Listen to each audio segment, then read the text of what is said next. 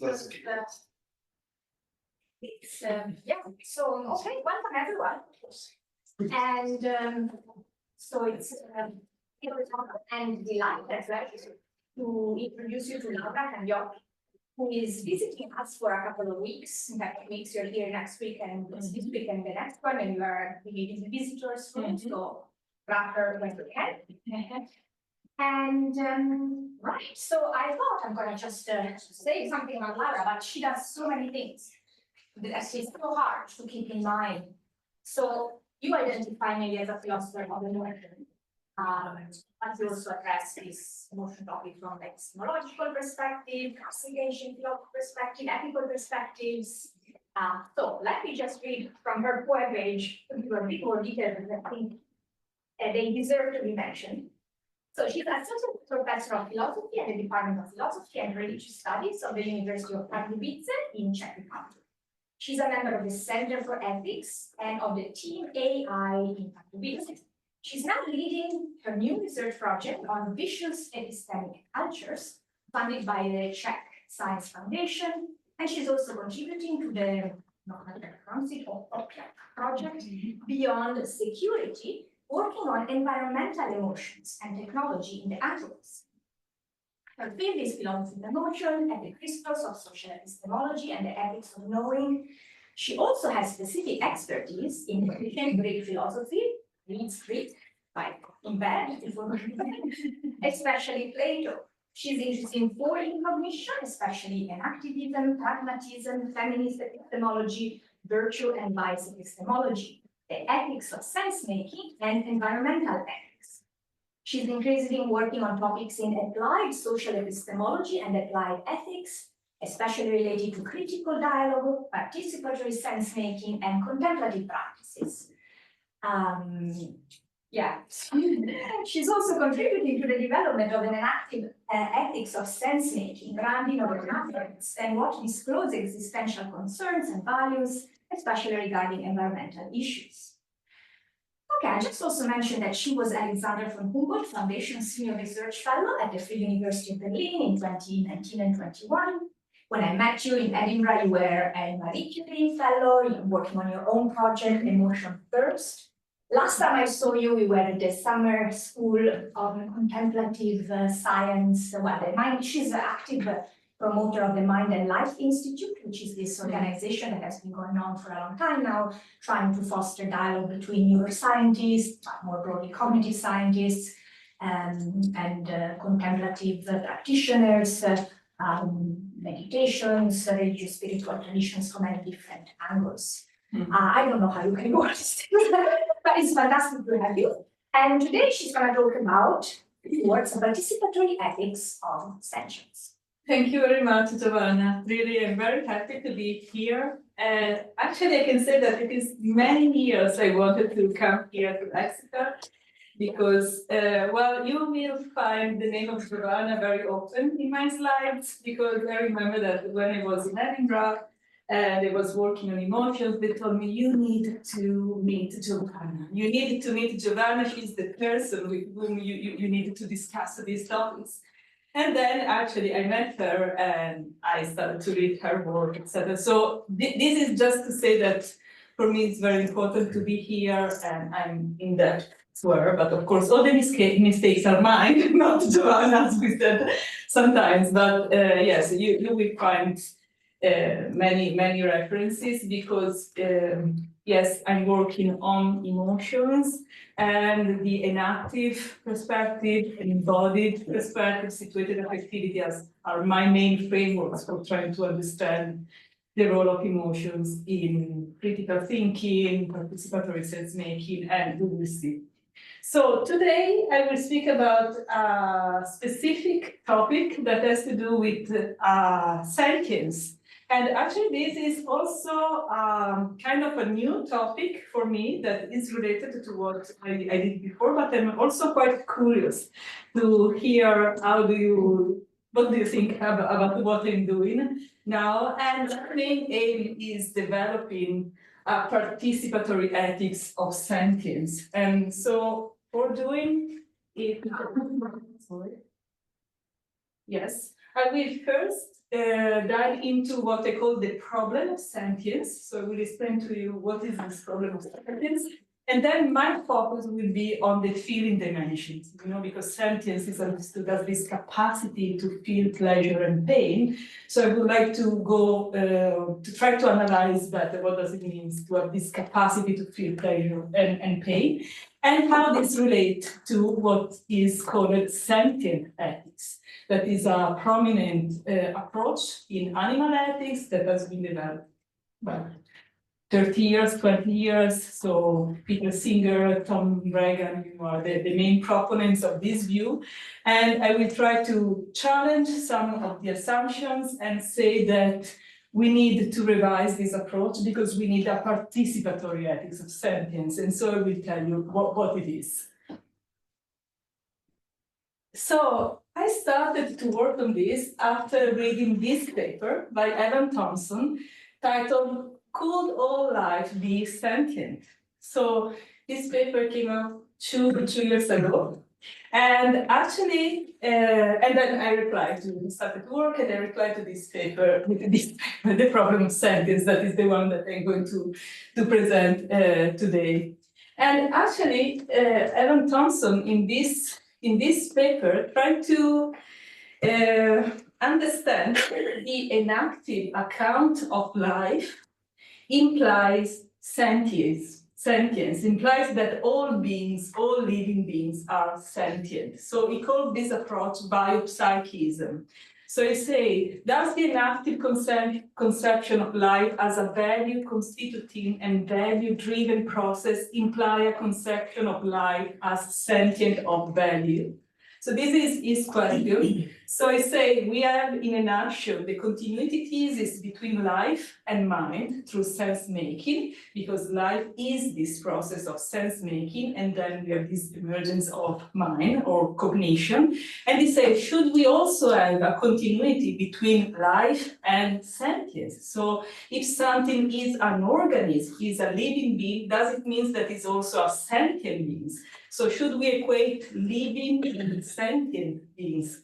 And actually, the answer to this question is we don't know yet. So the answer is that he did a very careful and so precise analysis of all the different answers and scientific research that we have on this. And he says that from the data that we have, we cannot say, reply with in an affirmative mode to this answer, but neither with a no. So the answer is no. We don't have a precise answer to this. We have some doubts. And here we have a quote from an interview that he released for Mind Alive, actually, in which he said, sense making may also be the beginning of sentience, the capacity to feel. Bacteria use cilia and flagella to sense obstacles and swim around them. Do they feel their own movement and what they bump into? Do they feel pleasure and pain or excitation and distress as they swim towards beneficial chemicals and away from noxious ones? Do they feel their own state of being alive? Watching them from the outside, there seems no definitive way to know. So I think that this final lines is really important because Evan Thompson said that we don't have a precise answer, we don't know this, watching them from the outside. So when I read this, I started to think, let's see if we can do otherwise. So trying to watching them from a participatory stance or from the inside, would it be different? So I will get there in the second part of the talk. But first, let's try to see what is the problem and why this problem matters, okay? So for me, it's very important to say that this is not just an armchair worry, that we want to describe what the reality is made of, and we need to understand, if the beings are sentient beings or living beings, etc. For me, it's very important to stress that our ethical concerns, especially in sentient ethics, is grounded on the idea that we need to care for sentient beings. And if they are not sentient, they do not have this moral value. So the idea of sentient ethics is that moral consideration should be given to an organism because it is sentient. But this also implies that it cannot hold the rights if it is not sentient, you know? So that's why we really need to go deeper into this investigation. And that's why, from an ethical perspective, the final answer, we don't know, is unsatisfying. Or in a way, for me, it is the beginning of inquiry, you know? Maybe we need to do otherwise. And so I will say that we really needed to start from the final part of Evan's paper that say that assessing if it is the case is far from simple and there is no stable agreement about it. And here, you know, you can see different instances of organism, and we might wonder if, okay, is a gorilla sentient, and maybe a spider, and you know, there is a lot of research about this, fish, elephants. Now we have this New York declaration about consciousness and self-awareness that say, well, it is not anymore just mammals, but we can extend this to vertebrates, invertebrates. And then we were also discussing before that there is also the other movement that say that, well, why should we focus only on animal sentience? And there is all the nature rights movement that is asking if an ecosystem is sentient. So should we ascribe sentience to a river, to a tree? Plants, you know, all the work on plant intelligence, etc. So how do I tackle this problem? I say that there is a problem intrinsic to the problem of sentience. And they call it the metaproblem of sentience. And they call it the metaproblem of sentience because I will say that it is how we conceive sentience. So the concepts and the assumptions that constitute this concept, what at the end of the day create the problem of sentience. Really, how do we understand sentience is the problem. And that's why this is a meta problem. So just for articulating this better, I would like to read this quote by Mary Midgley. And actually this quote has been recommended by my PhD student, Lisa. So I would like also to thank her for suggesting this. So Mary Midgley, she was also very much moved by these ethical concerns in working on utopias, dolphins, and computers. She said, when things do go badly, we must readjust our underlying concepts. We must shift the set of assumptions that we were brought up with. We must restate those existing assumptions, which are normally muddled and inarticulate, so as to find the source of trouble.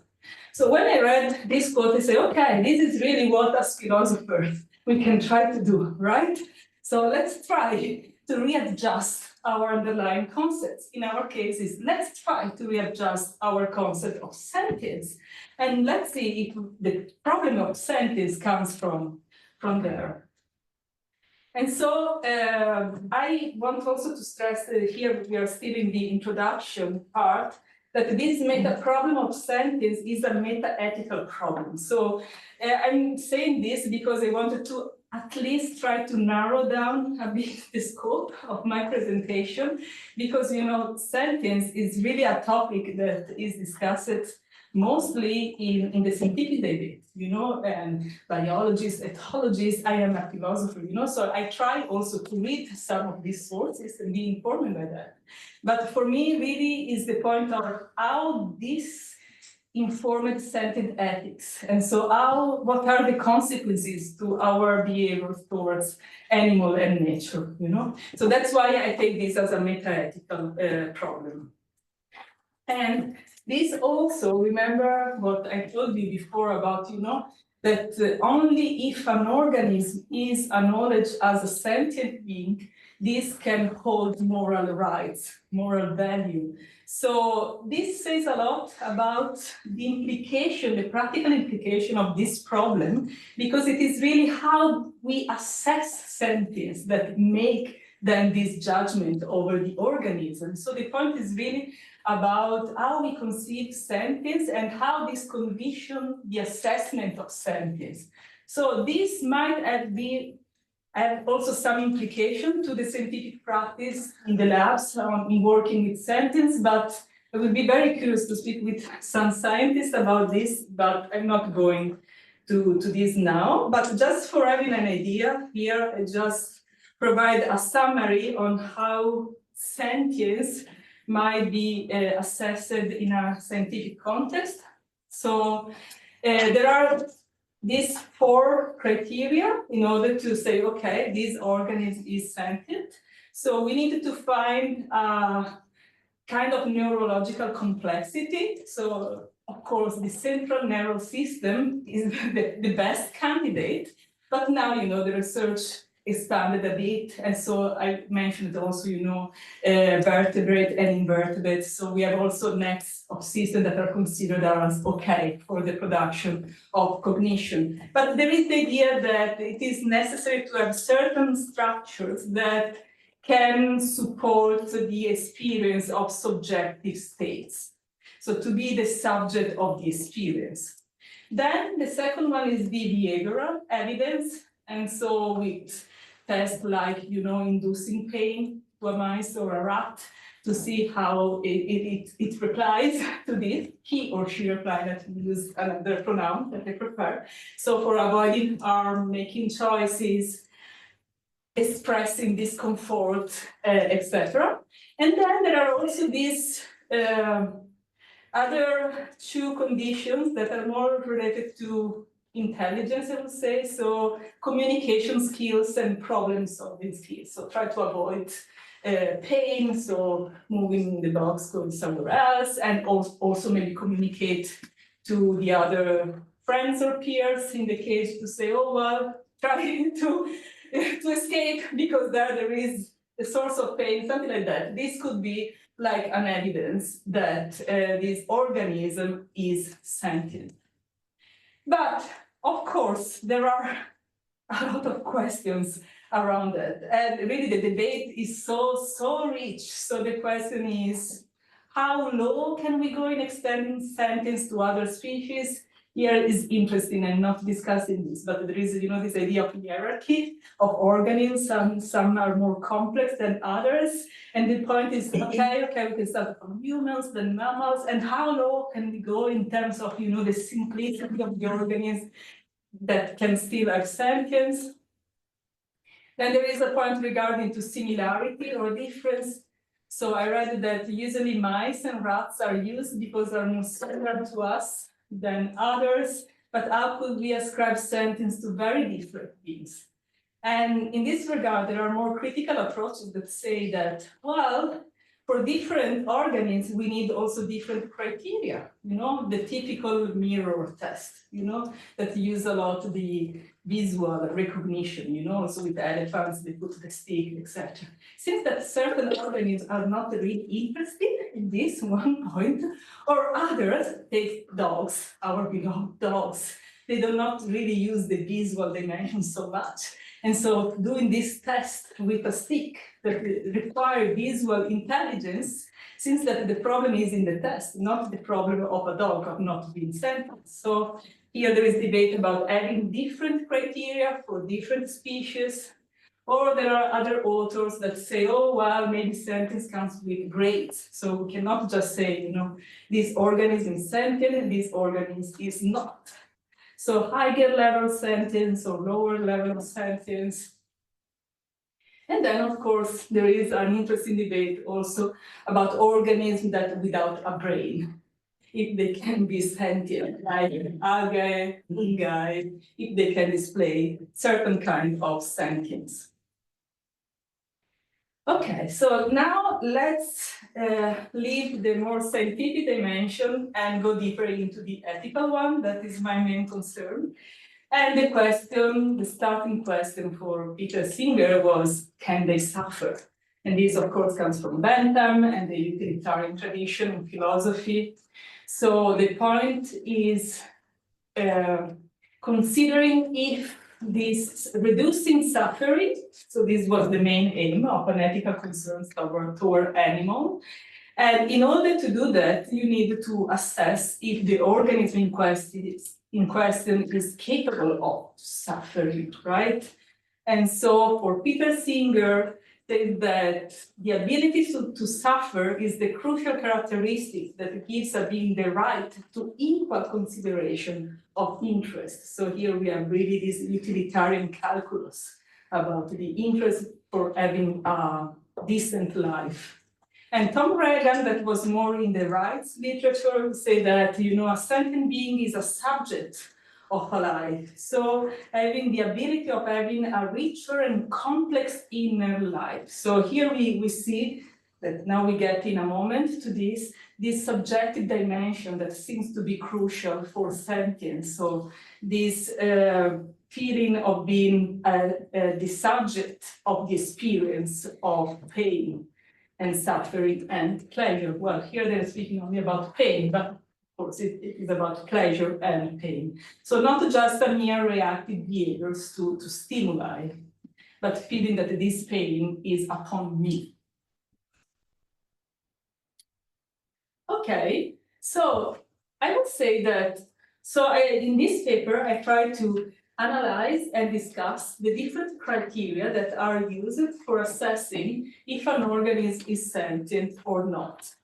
And I found that there is a common thread there. The idea that sentience is a property of an organism. So there is kind of a ontological commitment there, and that starts from the idea of the individual organism, and then we need to assess if this organism has this specific property. And the property in question is this capacity to feel pleasure and pain, you know? And these properties is what make this organism this specific being, you know? If it has this property of sentience, it becomes a sentient being. So I would say that this ontological commitment has at least these three assumptions that I try to focus.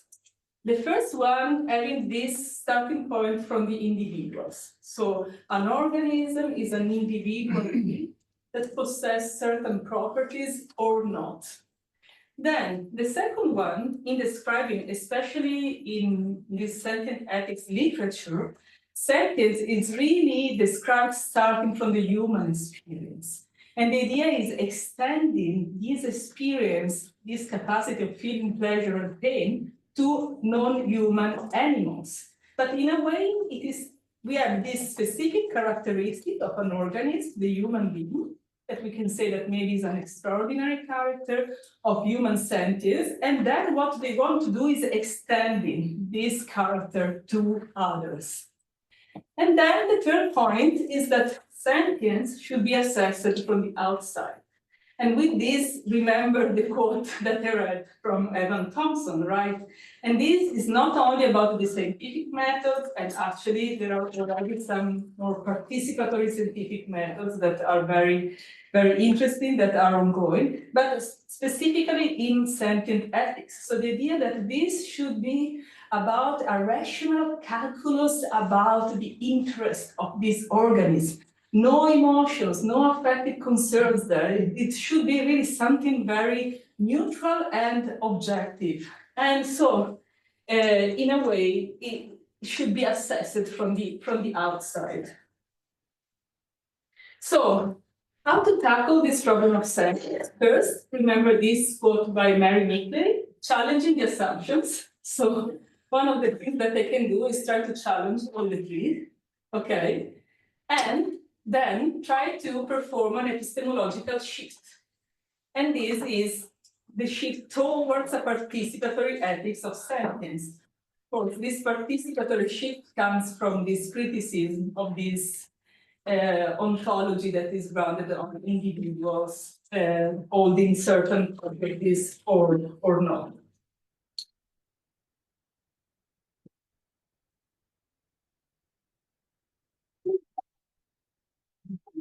Okay. Okay, open the windows, open the door, I'm open.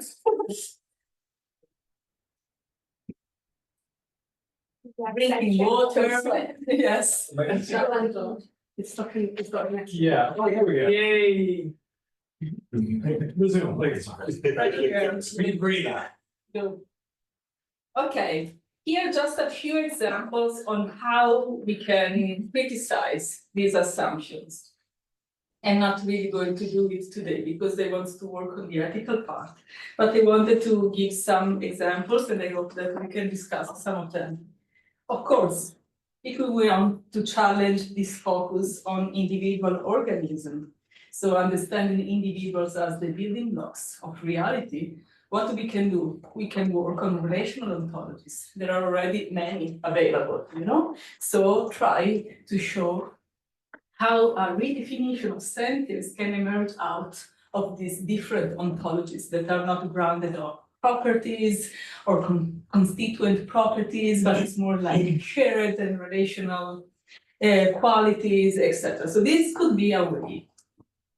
Then the second one, and this is very common in the animal rights movement, is challenging the anthropocentric perspective on sentience, and this has to do with this second assumption, so that we start from what is to be sentient for a sentient being, from a human being, and then we try to extend this to others. But in a way, we are not really considering the other as other, trying to assess his or her capacity starting from her ways of living, her ways of being, So criticizing that our account of sentience is anthropocentric, and what does it mean? And this, I know that this is the tricky part, and very curious also to see what you say, because when we go there, we see that sentience, this ability to feel, the ability to feel pleasure and pain, is understood as the capacity of being aware of feelings. And then the jump to consciousness is kind of immediate. And I noticed that also, especially in English, more than in other languages, sentience very often is translated as consciousness. You will tell me if this is the case. English is not my mother tongue, but in reading stuff, very often you start with sentience and then you go to consciousness. And it seems that the very interesting stuff is consciousness, not sentience, really. And the people are discussing about this. And also this New York Declaration that I told you about, the title is the New York Declaration on Consciousness, not on sentience. But then you read there and it is about this ability to feel pleasure and pain. So one thing that we can do there is try to disentangle this deep connection, at least, between sentience and consciousness. But I know that this is very tricky and problematic, and in a way might be even in contrast with the phenomenological tradition in philosophy. So really we needed to speak slowly and in detail about this, if this could be a good move. And of course, there are different types of consciousness, so it depends when we equate sentience and consciousness, what kind of consciousness we have in mind. Maybe it's more, this reflective awareness of being the subject of the experience that is more like implicit, as the background of the experience. And so if this is the case, maybe it is easier to offer this also to beings that are not humans. But it's true that when we read the criteria, at least in the more mainstream and traditional way of assessing sentience, there is also another conflation that is quite challenging for me, and it is the one with intelligence. So it seems that we are trying to see this organism is not that is capable of feeling pleasure or pain, but it is intelligent. And if it is intelligence, it's because it is a conscious being, etc. So there are, I would say, a specific metaphysics of mind implied there, and also in this mirror test that I told already. And I would say that our tradition that comes from Descartes actually is really following this way of understanding. And it is precisely for the fact that animals, for Descartes, are not capable of aware of pleasure and pain, that he says that animals are not sentient.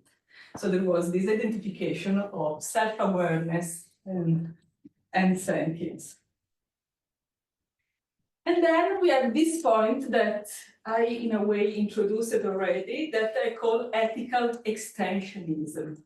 So this main argument, so this is another way for showing this anthropocentric assumption, One has to do with, understanding sentience from our human perspective, and so understanding it as consciousness.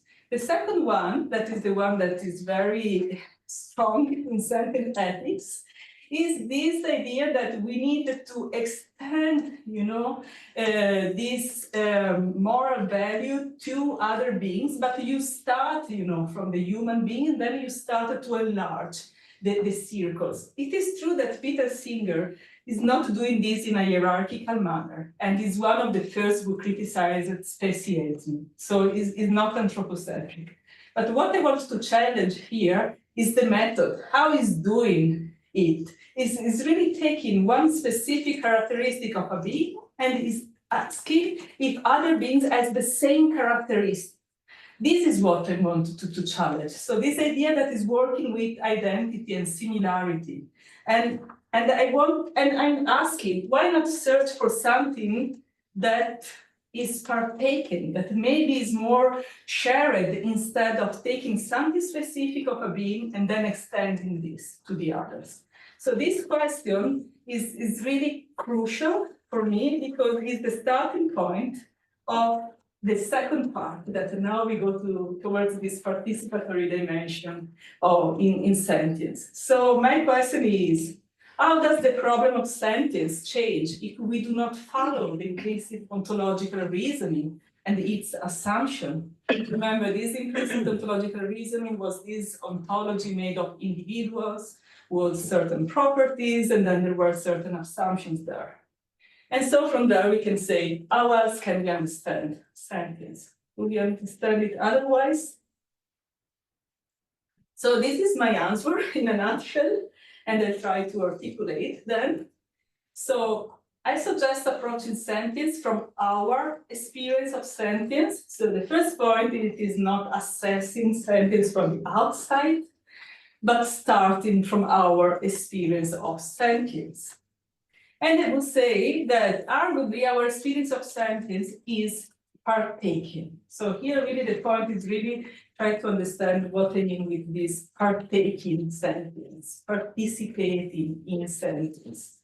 So with this verb, I don't want to say that there is this feeling of suffering and pleasure belonging to all living beings, that this is most of the time what Peter Singer said. But I want to stress that we participate in sentience. And what does it mean to participate in sentience? Participation is not that of having the property of sentience in common, but rather of being involved in sentience. So this is a relational and agentic account of sentience. So for doing this, I had to perform three tasks, three moves. The first one is challenging an individualistic account of feeling. Why I do this? Because sentience is understood as the capacity to feel pleasure and pain. So the point, if I really wanted to have a different ontology there, we really needed to understand this capacity in a relational manner, not in an individualistic manner. So here we enter into the enactive sphere. It is, I would say, a relational sphere where I use enaction, pragmatism, situated affectivity, kind of all together, because I see that there are many overlaps and many hermeneutical tools that can be helpful there. So I start from Giovanna's work on affective sense-making. And so stressing, remember why I'm doing this, because I'm still discussing Evan Thompson ideas. So does the enactive view of life imply that all beings are sentient? Okay. So the enactive view of life is that life is sense-making. But if we start from Giovanna's work, sense-making is inherently affective. It is not that, this feeling comes after, so that first we have, life as sense-making, and then, we have mind, and from there we can have this feeling, capacity to feel pleasure and pain, like life, then we can have this mind, consciousness, and then only if we have consciousness, we can get to sentience.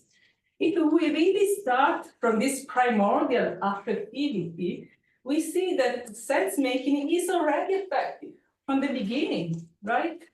So I would say that this is a very powerful answer to this question that kind of changed really the perspective about this continuity. And this could be also phrased in pragmatist terms. So here we have another book by Roberto Dreon, in which she's speaking about shared sensibility. There the language is a bit different, but the idea is that this sensibility, so again, this capacity to feel, is shared. Why? Because humans and non-humans are from the beginning in interaction. It is not that we first have an individual that then at certain points needs to go out and meet another individual. There is not the problem of the other minds that was on the background of the heart, you know, but this situation is already partaken, shared, relational. And since it is there, emotions and sensibility is understood as this quality of the transactions, you know, between agents. And then, you know, the other framework is the one that we can come from De Jager and Di Paolo and also Fuchs on participatory sense-making and situated activity, you know. So this affective sense-making is partaken, is participatory. So you see that there we have already this word. Again, it is not just, you know, one single organism or individual that is meeting an environment and then it gets this affective reaction. The situation is already relational. So sense-making is participative. So there is already this double direction. So if we go specifically about feeling, because here I'm discussing, you know, this capacity to feel pleasure and pain, through the years, I tried to argue for an in-between view about feelings. So criticizing the idea that feelings are private mental states or even private bodily states, but that feelings are in between. And so what does it mean? So this relational and agentic view, the fact that when we engage with another being, we are doing this affectively and as answering to one's and others' concerns. So this in-between or transaction in pragmatist terms is really what is at the ground of this embodied and situated interaction that constitute, shape, and transform the organism. And so from there, we can get to what I call participatory sentience. So what is this capacity actually? Because here with sentience, we are speaking about this capacity to feel pleasure and pain. This capacity is really out of an engagement, out of an affective engagement among organisms and their environments. So I will say that this sentience has a quality of the constitutive engagement among living beings. So we can really speak also in terms of embodied interdependence or of this affective engagement, but this embodiment is really at the ground of this responsiveness to the feeling of others. Here I'm introducing this concept of responsiveness because it's very important when we speak about, you know, feelings, you know, because there is also this passive dimension of replying upon a situation, you know, and this often is said that it is not enough for sentience, you know, because also thermostat is responsive to the temperature of the environment, right? And can regulate, you know, the temperature of the room, making it warmer or colder. I would say that this level of responsiveness should really be understood from the embodied perspective of inaction. If not, we cannot get to this dimension of relational feelings, of feeling in between. And so here we can have this continuity thesis between life and sentience. And this is a way of reframing, you know, what we discussed at the beginning, and this inactive approach to life and mind and sentience. So, and I have been inspired also by the work of Andreas Weber on this. Here we have his work, The Biology of Wonder, and one important paper on apoetics of participation.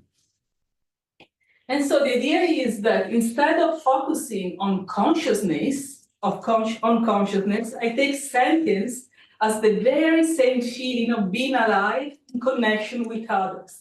That is in participatory sense making.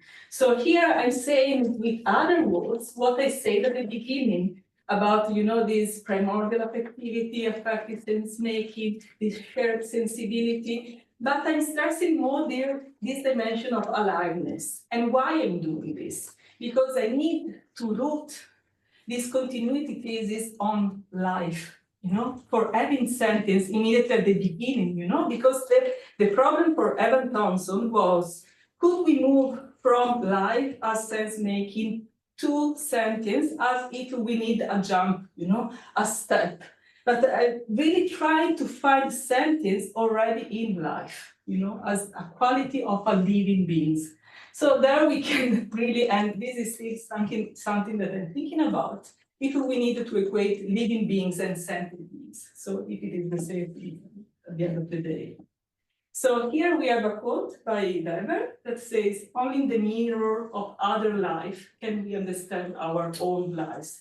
So I'm quoting this because here we can really see this epistemological twist. It's not starting from the individual and extending sentience, but it's starting from the other, and only in there you can find your own sentience. And this is important to say because I don't want to deny consciousness, because this might be an objection. You just wanted to make everything too low in a certain manner. You're not interested anymore in cognitive states, in representation, etc. No, the point is not there, but that this inwardness, this feeling of being a self, that is part also of our experience of life, come out of this affective engagement, can come out of this relational dimension. So what we have at the beginning, if you want, is the relational dimension. And then from there we can bounce back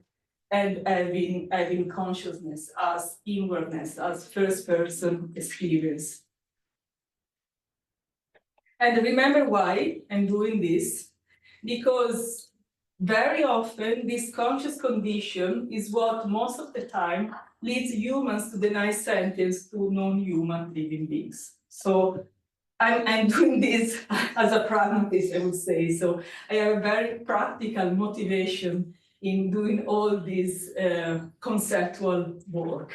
Because I think that if we keep understanding sentience as consciousness, we will have a lot of problems, as Mary Meekley says. So when things do go badly, and the things are going badly, we see that our world is doing regarding animal and environments, etc. So we need to change our conceptual tools. Okay, so this is the second point, that is towards a participatory ethics of sentience. And I want to stress this towards. So I'm moving there. This is not a finished or complete task. I don't know if one entire life would be enough, but let's see. But I'm not alone in doing this, and I will say that there is this, it is not such a big debate, but there is work on this, and it is ongoing. And actually, it started 10, 15 years ago, and one of the first papers, again, was by Giovanna on enactive ethics, emotion and ethics, an enactive approach. And here we have other papers and contribution on what does it mean to develop on an ethics starting from an enactive perspective. And we can find some common ground that is about embodiment, situatedness, and also having this practice-oriented approach. So in this project of developing an enactive ethics of participatory sentience, participatory ethics of sentience, I'm working at the beginning on loving and caring. So this is my first step. And here I have, as a reference, a work by Hanne de Jager, loving and knowing for a loving epistemology. So here we can find again this criticism of this method from the outside. So the idea that you should assess sentience from the outside. And actually, when you do that, you do not find an answer and you get to the problem of sentience. So Hannah de Jaeger is criticizing this method, and she's also offering this example, when there is a horse trainer who is just caring about, making money with this horse, but is not really knowing the horse. Her needs is not really. So the idea is that loving is knowing, and for knowing someone, we need to care for this someone. And that's why she's establishing this deep connection between caring and knowing. So this is the first step. And what I take from that and how I advance it further. But I will say that an enactive exploration of sentience is done because we care about sentient beings. This is the first step. But this was also the starting point of sentient ethics. So what is the difference then? The difference is that this care is not a care that is performed in terms, of this utilitarian calculus, this set of principles and rights, but, and this is my main point, is that it comes out of this engagement, it comes out of taking part in the life of the other to know more and better about it. So it follows that sentience can be known only by caring for sentience. So I will say that if I am really to provide a very short summary of my thesis, is this one, that sentience can be known only by caring for sentience, from an existential way of relating to sentience. And so here we can see this movement from participatory epistemology to participatory ethics. So, enactive epistemology has been defined as a participatory epistemology that challenges a method from the outside, a representational model that you are just a spectator of this object that is out there. And there, Evan Thompson again, Andreas Weber again, referred to Hans Jonas to say that, well, life can be known only by life. You needed to start from your first person experience. And what does it mean this for sentience? It means that sentience is the condition of possibility for knowing sentience. And what I add to this, that it is not just that life can be known only by life, but life can be cared for only by life. So it is out of our caring that we can start to know sentience. So it is out of my concern for sentient beings in taking part to their life, in engaging effectively with them, that I can know that they are sentient. So partaking sentience as caring for sentience is the conditional possibility of knowing sentience. And here we have the third step, that is the second part of the second, that is on agency and responsiveness. And here again, we have a work by Giovanna from 2005 this time on balance. And why I'm doing this? Because, when we speak about this capacity to feel pleasure and pain, we needed to ask about what is pleasure and pain, And in the emotion debate, we mean by balance, the felt dimension, the emotion quality of how an emotion experience is felt.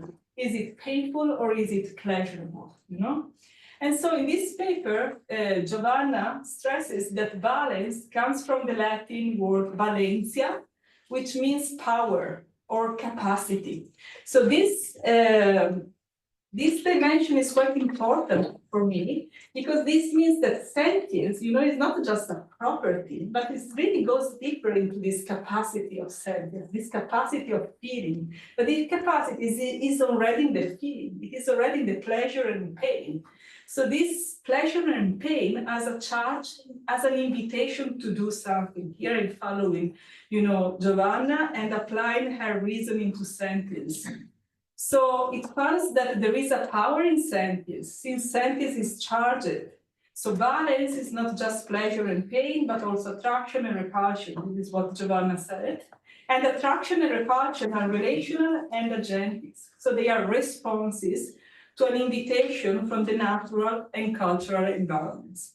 So this is quite important for me because it really allows me to get to this responsiveness of feeling as charged, as powers, as capacity, that in a way goes really beyond this dualism between active and passive, because it is in this passive moment of responding that we can find this activity, this power, this invitation to do something. And it is precisely there where we can find this dimension of participation or taking part in the life of the other. This is very important for me because participation is not just merely an interaction, This relation is really this agentic dimension of co-creating a world with another being. And here we have this book by Francisco Varela, Ethical Know-how, and I will say that this affective experience at the base of sense-making is a force for engaging with the situation in a proactive manner. And this has been defined as ethical know-how. And why it is important for me now, because from this affective responsiveness, we can get to responsibility. And responsibility is one of the leading concepts of ethics. Seems that we cannot have an ethics without responsibility, But here we have a deeply affected kind of responsibility, right? So out of our affective concerns in taking part to the life of the other being. So it is not out of a utilitarian calculus, again, as in sentient ethics. It's not really weighting the interest of the different organisms, but is really grounded on care. Care as really this felt acknowledgement of the living being as a vulnerable being, subject to the precariousness of existence. And this is really at the ground of the enactive approach to life and living beings. So I will say that caring for sentient beings is the fundamental ethical meaning of participation. And so the ethical relation with sentience is the condition for knowing it. So it is not a method from the outside, it is not a calculus, but it is an ethical relation with sentience as a matter of feeling in between, or if you want, you can say participatory sense-making. So here, I will take maybe just 5 minutes for raising an objection. Is it okay, or is it too late for doing it? Yeah, 5 minutes, okay. Yeah, very quickly try to tell you. Okay, so maybe you can say, oh, well, interesting, this feature, but is it really the case? And are there not problems that are implied by this view? And there is one very big problem that I'm trying to tackle. And so if all living beings are sentient beings, what do we do with, some gut bacteria that maybe are making me sick?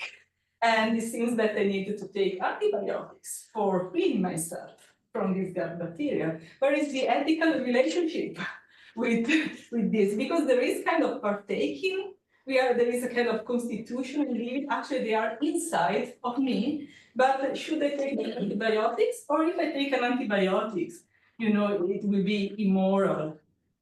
So, well, this question that actually it is very widespread in sentient ethics and in animal ethics. We discuss a lot these things. For me, it's important because in a way it can show, so the criticisms could be about, this participatory ethics that in a way is egocentric.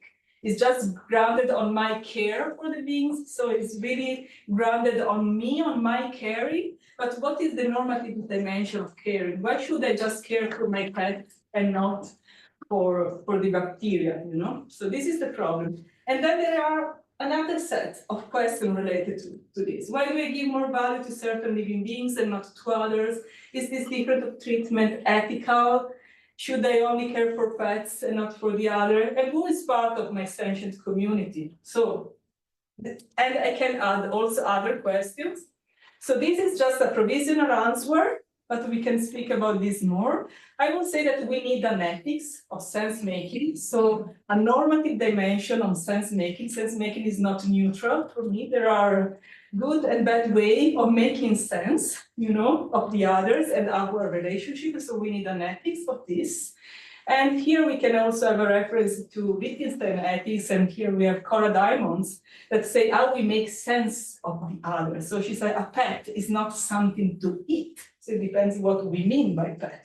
And so, for example, for a vegetarian, a cow does not mean something to eat, So we have this dimension of value there.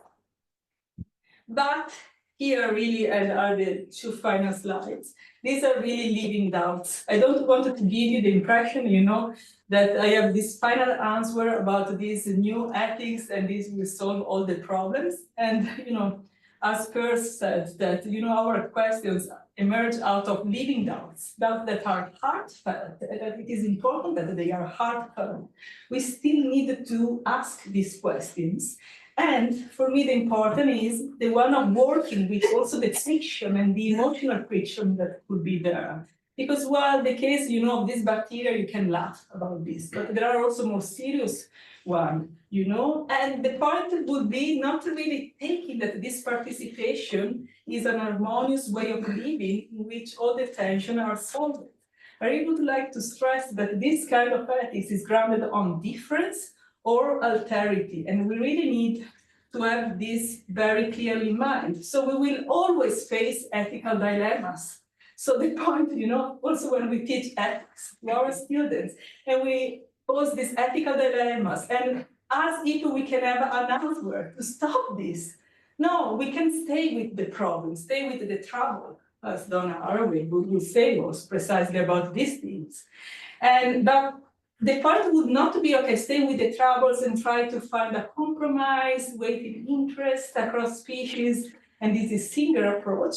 But for me, it's really focusing on this affective ability to reply to the needs of a situation, as Lorella said, and really working through the emotional friction as a participant in that situation. So not from the outside, knowing that you are there, that in certain situations you might be even complicit, and holding that responsibility.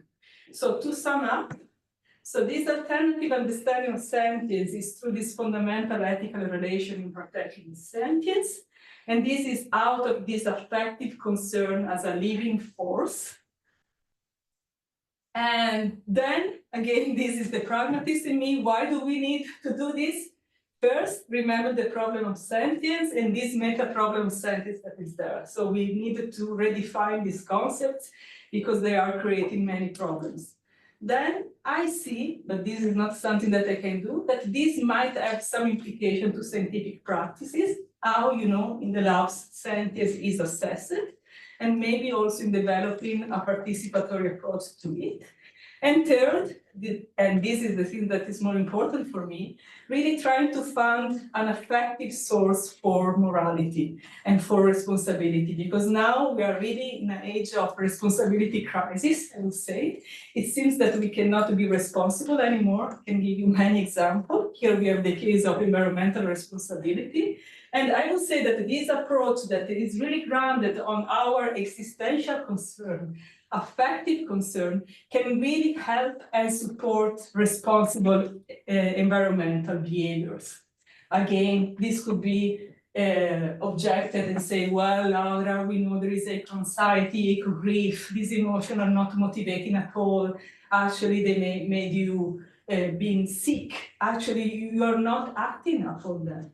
But to this, I would say, yes, there is a risk. I'm not providing a universal answer. But the point that I see is that very often this happens when people are trying to provide answer by themselves and alone. So I would say that this responsibility, also the responsibility should be partaken.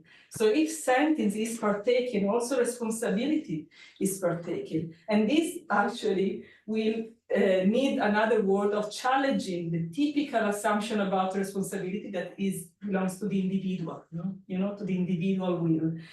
So it is not just my concern, it is our concern. And starting from this taking dimension of being alive and sharing this world, we can maybe enact a different ethics. So thank you very much.